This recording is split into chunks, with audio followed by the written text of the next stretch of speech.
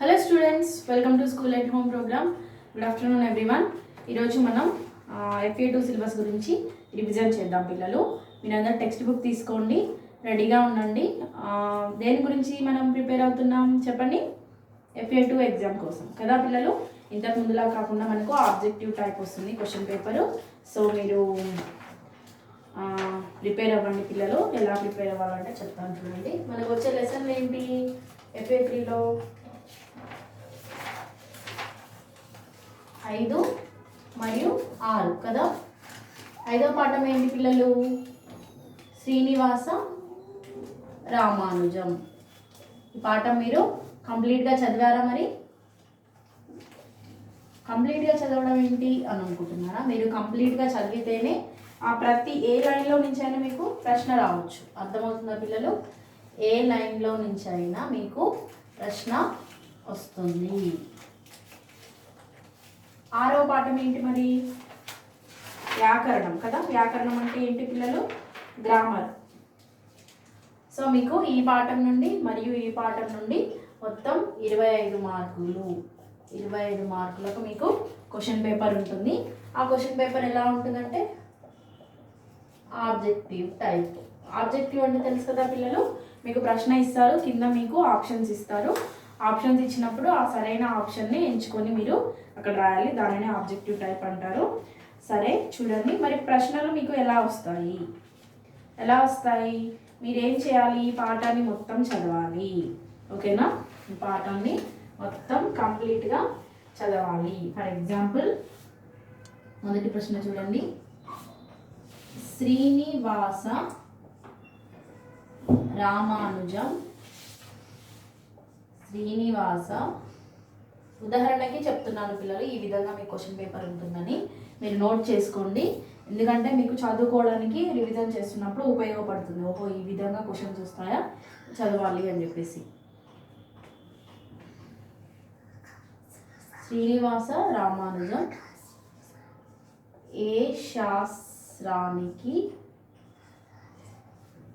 సంబంధించిన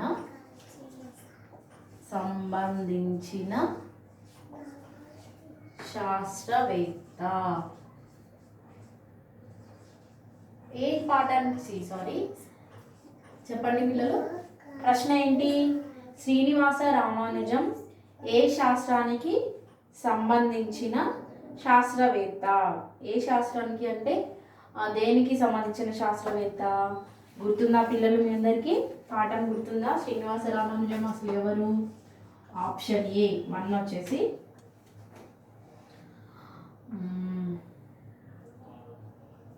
భౌతిక శాస్త్రము, ఆ వచ్చేసి సాంఘిక శాస్త్రము, నెక్స్ట్ ఈ వచ్చేసి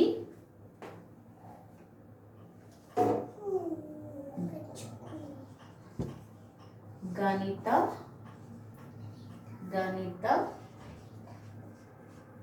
శాస్త్రం, ఈ వచ్చేసి జీవశాస్త్రం. చెప్పండి పిల్లలు, మరి మీకు తెలుసు కదా శ్రీనివాస రామానుజం పాఠం మొత్తం చదివారు. మీకు లైవ్ క్లాస్లో ఎక్స్ప్లెయిన్ చేశాను, రికార్డెడ్ వీడియోస్లో చూశారు. ఈ పాఠానికి సంబంధించి ప్రతి లైన్ మీకు ఎక్స్ప్లెయిన్ చేశాను. ప్రతి లైన్ని మిమ్మల్ని చదవమని, నేర్చుకోమని చెప్పాను. మరియు ఈ పాఠానికి సంబంధించిన అభ్యాసాలన్నీ మీరు నేర్చుకున్నారు. సో మీకు సరైన సమాధానం ఏంటో తెలుసు కదా పిల్లలు. తెలుసా? మరి ప్రశ్న ఏంటి? శ్రీనివాస రామానుజం ఏ శాస్త్రానికి సంబంధించిన శాస్త్రవేత్త? ఏ శాస్త్రానికి సంబంధించిన శాస్త్రవేత్త? మరి ఆప్షన్ ఆ వచ్చేసి భౌతిక శాస్త్రము, సాంఘిక శాస్త్రము, ఈ వచ్చేసి గణిత శాస్త్రము, ఈ వచ్చేసి జీవశాస్త్రము. మీ అందరికి తెలుసు కదా పిల్లలు. ఏ శాస్త్రానికి సంబంధించిన శాస్త్రవేత్త చెప్పారా? Very good. ఆప్షన్ ఈ గణిత శాస్త్రానికి సంబంధించిన శాస్త్రవేత్త కదా పిల్లలు. శ్రీనివాస రామానుజం ఎవరు? గణిత శాస్త్రవేత్త. మీ అందరికీ గుర్తుంది కదా. నెక్స్ట్ మీకు ఇంకా ఎలా వస్తాయి మరి ప్రశ్నలు? ఎలా అడుగుతారు మిమ్మల్ని? ఈ పాఠంలో పాట మొత్తం చదవండి. శ్రీనివాస రామానుజం ప్రతి లైన్ చదవండి. ఏ లైన్ నుండైనా మిమ్మల్ని ఇలా ప్రశ్న అడగవచ్చు, గుర్తుపెట్టుకోండి. ఓకేనా? నెక్స్ట్ మీకు ఇంకా ఎలా అడుగుతారంటే ప్రశ్నలు,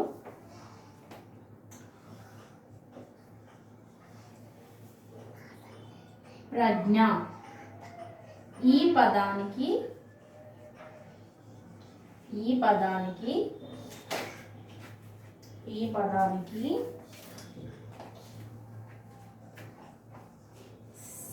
సరైన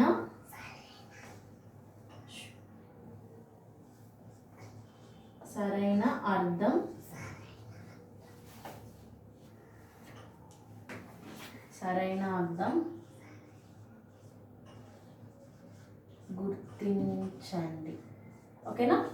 ప్రజ్ఞ అనే పదం ఉంది, ఈ పదానికి మీకు అర్థం తెలుసు, అర్థాల్లో మీరు ఈ పదానికి అర్థం తెలుసుకున్నారు కదా పిల్లలు. మరి సరైన అర్థం ఏది? ఆప్షన్ ఆ వచ్చేసి ఎల్లప్పుడూ,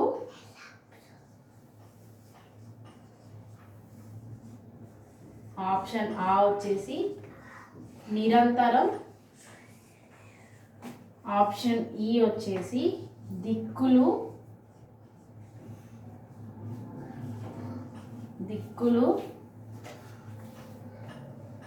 ఆప్షన్ ఈ వచ్చేసి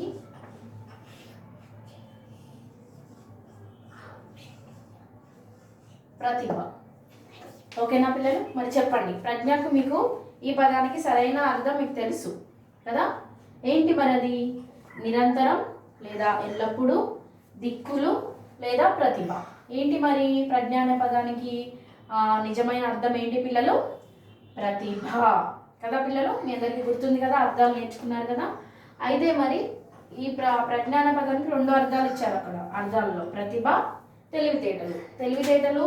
ఒకవేళ ఆప్షన్లో మీకు తెలివితేటలు ఇచ్చినా ప్రతిభ ఇచ్చినా మీరు ఏం పెట్టాలి? ఆప్షన్ ప్రతిభ లేదా తెలివితేటలు, ఈ రెండిట్లో ఏది ఇచ్చినా కూడా మీరు ఈ ఆప్షన్ని పెట్టవచ్చు. సరే, మరి ఈ ప్రశ్నకి మీరు సరైన జవాబు ఎగ్జాక్ట్గా మీరు తప్పు లేకుండా కరెక్ట్గా మార్క్ రావాలంటే మరి మీరు ఎలా చదవాలి?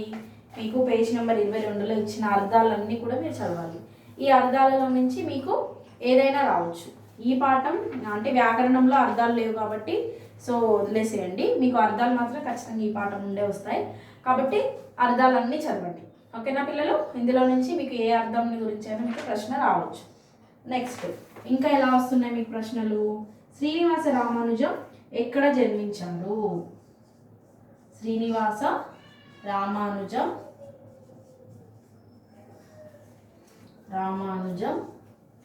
ఎక్కడ జన్మించారు? ఎక్కడ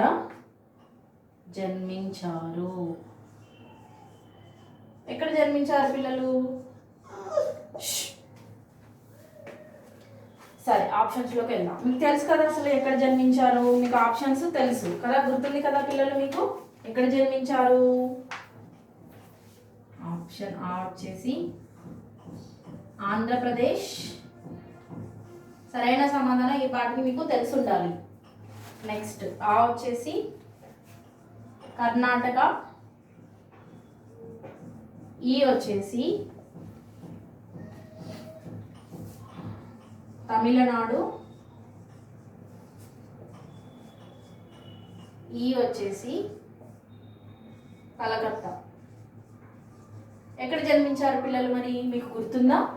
మీకు ఈ ప్రశ్నకి సమాధానం ఎక్కడ దొరుకుతుంది? ప్రశ్నలు జవాబులు పేజ్ నెంబర్ 22లో ప్రశ్నలు జవాబులు మీరు కంప్లీట్గా నేర్చుకుంటే ఈ ప్రశ్నకి సమాధానం తెలుస్తుంది.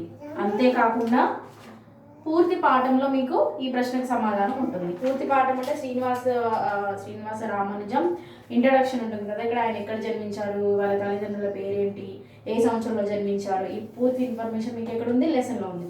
సో మీరు ఇది చదువుంటే ఆ ప్రశ్నకి సమాధానం తెలుస్తుంది. కరెక్ట్ సరైన జవాబు మీరు ఇక్కడ క్లిక్ చేయొచ్చు కదా పిల్లలు. చూడండి, శ్రీనివాస రామానుజం ఎక్కడ జన్మించాడు? మరి కలకత్తాలోనా? కాదు కదా. కర్ణాటకనా? కాదు. ఆప్షన్ ఆ ఆంధ్రప్రదేశ్? కాదు. మరి సరైన సమాధానం ఏంటి పిల్లలు? ఆప్షన్ ఈ ఎక్కడ జన్మించాడు? తమిళనాడు రాష్ట్రంలో జన్మించాడు. సో మీరు ఇక్కడ ఆప్షన్ ఈని ఇవ్వాలి. ఓకేనా? ఈ విధంగా మీకు క్వశ్చన్ పేపర్ ఉంటుంది పిల్లలు. సో జాగ్రత్తగా పాఠంలోని ప్రతి లైన్ చదవండి. అంతేకాకుండా ఈ పాఠానికి సంబంధించిన అన్ని ప్రశ్నలు, జవాబులు, ఖాళీలు అన్నీ చదవండి. ఓకేనా? ఇక్కడ ఇంకా పెద్ద ప్రశ్నలు కూడా ఉన్నాయి, వీటికి కూడా సమాధానాలు నేర్చుకోండి. ఇందులో నుంచి కూడా మీకు ప్రశ్నలు వస్తాయి, ఇలాగే వస్తాయి. ఓకేనా? విత్ ఆప్షన్స్తో మీకు వస్తాయి. సో ప్రతి ప్రశ్నను చదవండి, ప్రతి అర్థాన్ని చదవండి, ప్రతి ఖాళీని చదవండి. ఇప్పుడు ఖాళీలో నుంచి మీకు ఎలా ప్రశ్న ఇస్తారో ఒకసారి చూద్దాము. 1 సెకండ్. ఎస్, ఒకసారి చూడండి.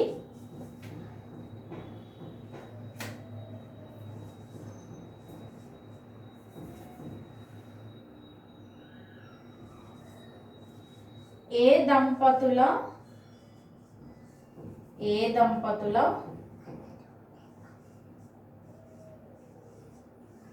ముద్దు బిడ్డ శ్రీనివాస రామానుజం. ఓకేనా పిల్లలు? శ్రీనివాస 1 సెకండ్ పిల్లలు. ఏ దంపతుల ముద్దు బిడ్డ శ్రీనివాస రామానుజం. అంటే శ్రీనివాస రామానుజం ఎవరి ముద్దు బిడ్డ, ఇలా కూడా అడగచ్చు. సో ఎవరు మరి అంటే ఇక్కడ ఏంటి, మీకు ఈ ఖాళీ తెలిసి ఉండాలి. ఈ ఖాళీలో ఏంటి, డాష్ దంపతుల ముద్దు బిడ్డ. మరి దంపతులు అంటే ఎవరు? వాళ్ళ తల్లిదండ్రులు. సో వాళ్ళ తల్లిదండ్రుల పేరు మీకు తెలిసి ఉండాలి. ఏంటి పిల్లలు? వాళ్ళ తల్లిదండ్రుల పేరు మీకు తెలిసి ఉండాలి. చూడండి, ఆప్షన్ A వచ్చేసి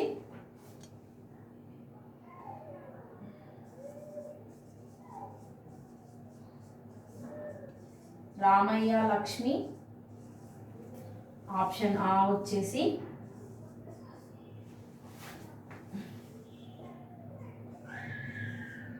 ఊర్మిళ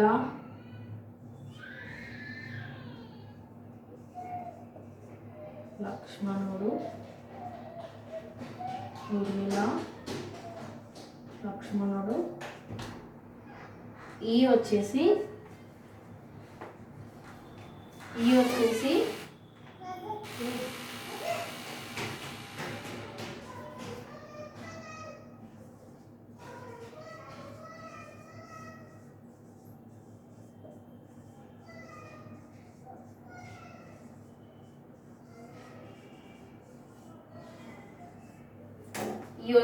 అయ్యంగార్ కొమలమ్మ.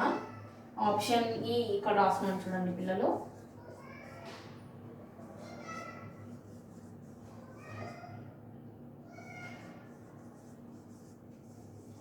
నవీన్ జ్యోతి. ఓకేనా? ఫస్ట్ వన్ ఆప్షన్ వచ్చేసి రామయ్య లక్ష్మి. ఆ వచ్చేసి ఊర్మిళ లక్ష్మణుడు. నెక్స్ట్ ఈ వచ్చేసి అయ్యంగార్ కొమలమ్మ. నెక్స్ట్ ఈ వచ్చేసి నవీన్ జ్యోతి. ఇది మీకు సమాధానం తెలుసు ఆల్రెడీ. ఎలా తెలుసు? శ్రీనివాస రామానుజం తల్లిదండ్రుల పేర్లు మీకు తెలుసు కాబట్టి ఈ ప్రశ్నకి సమాధానం కూడా మీకు తెలుసు. సో ఖాళీలో అయితే ఏం పెట్టేవారు? ఖాళీ ఏంటి ఇక్కడ? డాష్ దంపతుల ముద్దు బిడ్డ శ్రీనివాస రామానుజం ఎవరి దంపతుల ముద్దు బిడ్డ? అయ్యంగార్ కొమలమ్మ దంపతుల ముద్దు బిడ్డ కదా పిల్లలు. సో ఆప్షన్ ఏంటి? ఈ.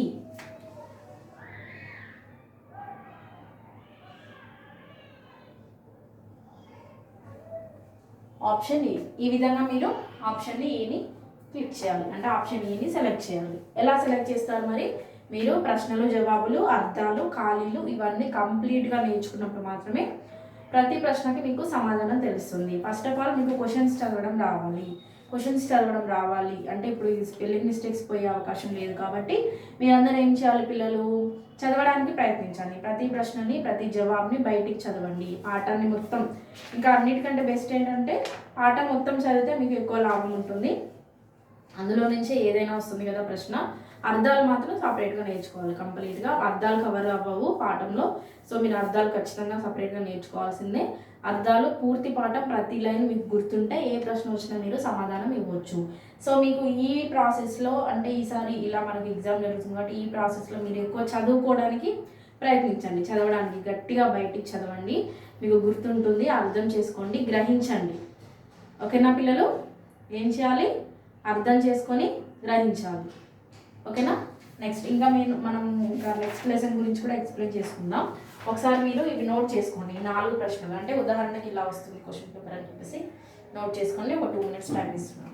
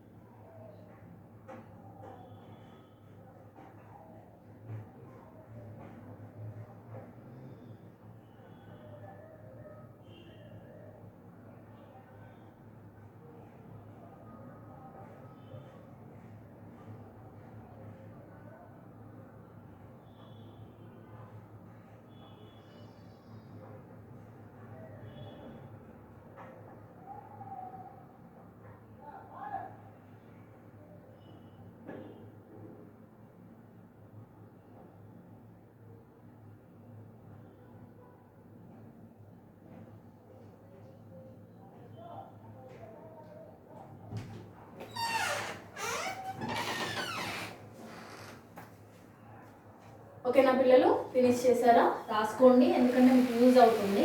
ఏ క్వశ్చన్ పేపర్ ఎలా ఉంటుంది అనేది మీకు ఐడియా కోసం ఒకసారి రాసుకోండి.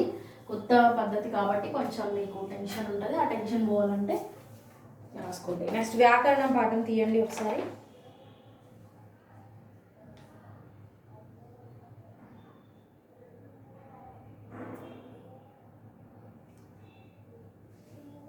ఫస్ట్ వన్ చూడండి.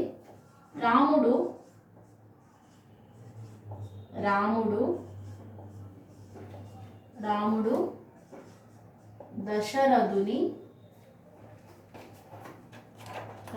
దశరథుని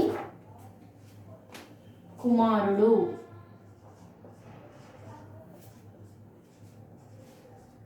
కదా, ఇది ఒక వాక్యం. మరి ఈ వాక్యంలో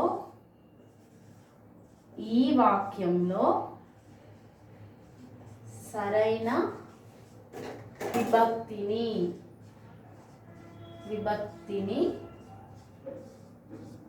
గుర్తించండి. ఓకేనా పిల్లలు, ఏం చేయాలి? మీరు కింద ఆప్షన్స్ ఇస్తారు. మీరు విభక్తులు నేర్చుకున్నారు, గుర్తుంది కదా? పేజ్ నెంబర్ 24 వ్యాకరణం పాఠంలో మీకు విభక్తులు చాలా బాగా ఎక్స్ప్లెయిన్ చేశాను, చాలా బాగా నేర్పించాను. మీరు నేర్చుకున్నారు, గుర్తుపెట్టుకోండి, గుర్తు తెచ్చుకోండి. అసలు విభక్తులు అంటే ఏంటి, విభక్తుల్లో ఎన్ని ఉన్నాయి, మిమ్మల్ని ఏం నేర్చుకోమని ఒకసారి అదంతా తెచ్చుకోండి. గుర్తుకు రావాలంటే మీరు మళ్ళీ ఒకసారి చదవాలి కదా. అప్పుడెప్పుడో విన్న లెసన్ నుండి మనకు వచ్చిన ఆప్షన్స్ ఇస్తే రాయడం కష్టం. సో ఇందులో మీరు ఆప్షన్స్ చూడండి ఒకసారి. ఫస్ట్ వన్ వచ్చేసి, ఇందులో సరైన విభక్తి ఏది ఈ వాక్యంలో? రాముడు, ఆ వచ్చేసి కుమారుడు, ఈ వచ్చేసి నీ, ఈ వచ్చేసి డు. ఓకేనా పిల్లలు, ఇది మరి ఇందులో విభక్తి ఏది? రాముడు దశరథుని కుమారుడు. ఈ వాక్యంలో సరైన విభక్తి. అసలు విభక్తి అంటే ఏంటి? విభక్తి అంటే వాక్యాల మధ్య గల అక్షరాలను, ఒకవేళ వాక్యాల మధ్యలో ఆ అక్షరం మిస్ అయితే ఆ వాక్యానికి అర్థం ఉండదు. ఏ అక్షరం అయితే మిస్ అవుతుందో ఆ వాక్యానికి అర్థం ఉండదు. అలా మిస్ అయితే అర్థం లేని వాటిని విభక్తులు అంటారు. సో అర్థమవుతున్న పిల్లలు, రాముడు దశరథుని కుమారుడు. ఇప్పుడు నీ తీసేస్తే రాముడు దశరథు కుమారుడు. మీకు అది ఎలా ఉంది? పూర్తిగా ఉందా వాక్యం? పూర్తి అవ్వదు. ఏవైనా వాక్యాల మధ్య గల, పదాల మధ్య గల సంబంధాన్ని తెలియజేసే అక్షరాలనే విభక్తులు అని అంటారు. ఇవేంటివి? పదాలు కదా పిల్లలు. మళ్ళీ ఒకసారి చెప్తున్నాను, గుర్తుపెట్టుకోండి. ఆల్రెడీ మీరు నేర్చుకున్నారు విభక్తులు అంటే ఏంటో. రాముడు దశరథుడు కుమారుడు. ఇవేంటివి? పదాలు కదా పిల్లలు, పదాలు. ఇవి పూర్తి వాక్యం కాదు. రాముడు దశరథుడు కుమారుడు. ఇప్పుడు దీన్ని వాక్యంగా మార్చాలంటే రాముడు దశరథుని కుమారుడు కదా. ఈ నీ అనే అక్షరం లేకపోతే ఏమవుతుంది? ఈ వాక్యం పూర్తిగా అవ్వదు. ఈ పదాల మధ్య గల అక్షరాలు ఏవైతే ఉంటాయో, సంబంధాన్ని తెలిపే అక్షరాలు ఏవైతే ఉంటాయో వాటినే ఏమంటారు? విభక్తులు అంటారు. సో ఇందులో ఆప్షన్లో ఏది పిల్లలు? మరి ఇప్పుడు సరైన విభక్తి ఏది? రాముడా? కాదు. కుమారుడు? కాదు. నీ? ఎస్. డు? కాదు. డు కూడా విభక్తే, కానీ దీనికి సంబంధించింది. ఇందులో అయితే డు అనే విభక్తి లేదు కదా. Yes, very good. ఈ విధంగా మీ క్వశ్చన్ పేపర్ వస్తుంది. ఇంకా ఎలా వస్తుంది మరి? ఇంకా ఎలా వస్తుంది చూడండి ఒకసారి. ఇంకొక ఎగ్జాంపుల్ ఇస్తాను.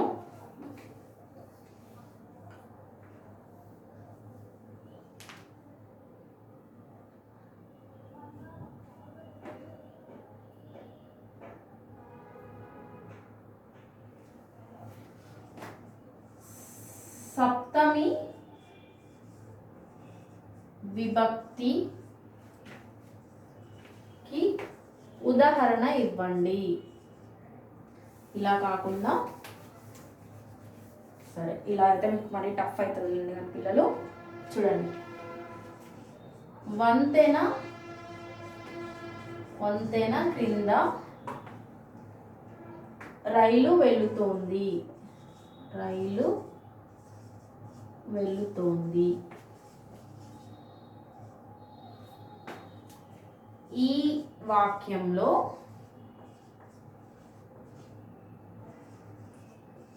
సప్తమి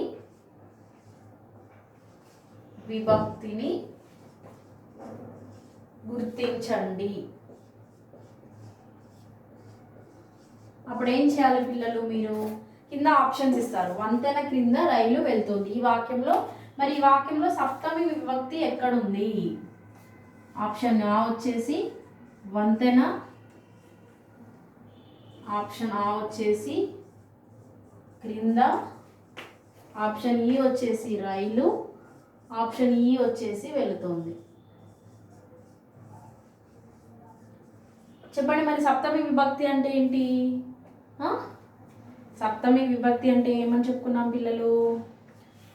పైన, క్రింద, పక్కన. ఓకేనా? వీటిని సప్తమి విభక్తులు అంటారని చెప్పుకున్నాం. గుర్తు తెచ్చుకోండి ఒకసారి. సో మరి ఈ వాక్యంలో ఆ పదం ఎక్కడుంది? ఏ పదం ఉందో చూద్దాం. వంతెన క్రింద రైలు వెళుతుంది. రైలు అనేది సప్తమి విభక్తి కాదు. వెళుతోంది అనేది సప్తమి విభక్తి కాదు. వంతెన అనేది సప్తమి విభక్తి కాదు. ఏంటి మరి సప్తమి విభక్తి? క్రింద. సో ఆప్షన్ ఆ క్రింద. మనం ఇక్కడ ఏం చేయాలి? ఆప్షన్ ఆ అని గుర్తించాలి. ఓకేనా? ఈ విధంగా మీకు క్వశ్చన్ పేపర్ ఉంటుంది. ఇంకా వ్యాకరణంలో ఇంక ఇలాంటివి చాలా వస్తాయి. వ్యాకరణ పాఠం నుండి ఎక్కువగా వచ్చే అవకాశాలు ఉంటాయి. సో మీరు ఏం చేయాలి? ఈ పాఠంలో ఇక్కడ ఉంది కదా పేజ్ నెంబర్ 25, విభక్తులను గుర్తించండి, వాక్యాలను గమనించండి, ప్రతి లైన్ చదవండి. ఓకేనా? ఈ విభక్తులు ఉన్నాయి కదా, ఇవి చదవండి, ఇవి చదవండి. ప్రతిదీ నామవాచకం అంటే ఏంటి, సర్వనామం, ఇవన్నీ చదవండి. వీటికంటే ముందే ఎక్కువ ఇవి చదువుకోండి. ఓకేనా పిల్లలు? ఏం చేయాలి? పేజ్ నెంబర్ 29, 30 బాగా చదవండి. ఓకేనా? అందులో నుంచి మీకు ప్రశ్నలు వస్తాయి, బాగా రాయండి. చాలా ఈజీ. మీరు ఈ ప్రశ్నలకు సమాధానం సులువుగా ఉంటుందంటే మీరు పాఠం చెప్పేటప్పుడు, నేనైతే ఎక్స్ప్లెయిన్ చేసేటప్పుడు బాగా విన్నారో వాళ్ళకి బాగా అర్థమవుతుంది, బాగా గుర్తుంటుంది. అందుకే చెప్తాము, బాగా వినండి, అర్థం చేసుకోండి, నేర్చుకోండి, రాయండి. ఓకేనా పిల్లలు? బాగా రాయండి. ఎగ్జాము మంచిగా చదువుకోండి. చాలా 2 లెసన్లు కాబట్టి చాలా తక్కువ సిలబస్ ఉంది. మంచిగా ఎవ్రీ లైన్ చదువుకోండి. అన్నీ గుర్తుపెట్టుకోవడానికి ప్రయత్నించండి. బ్రెయిన్లో ఎగ్జామ్స్ మాత్రం తప్ప ఇంకేం ఉండొద్దు ఎగ్జామ్స్ టైంలో. Please take care.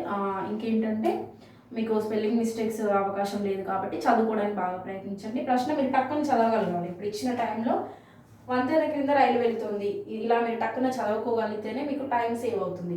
మీరు చిన్నగా అసలు ఈ పదం అంటే ఏంది, వంతెన క్రింద రైలు అలా చదువుకుంటూ పోతే మీకు టైం ఉండదు.